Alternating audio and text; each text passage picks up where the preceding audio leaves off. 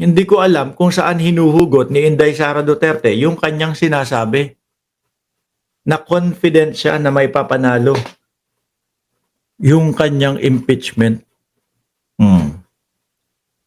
Diba?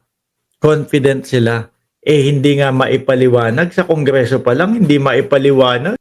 Hindi nga maipaliwanag kung sino si Kokoy Villamin.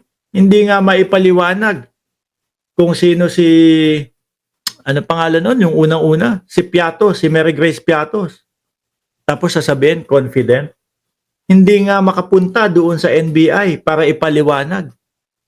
Kasi isa din po sa complaint, mga kababayan, doon sa kanyang impeachment, ay yun pong pagbabanta sa buhay ng Pangulo, asawa ng Pangulo at pinsan ng Pangulo. Hindi nga din po maipaliwanag sa NBI yun. Tapos sasabihin, confident. Siguro, baka confident ho doon sa mga magja-judge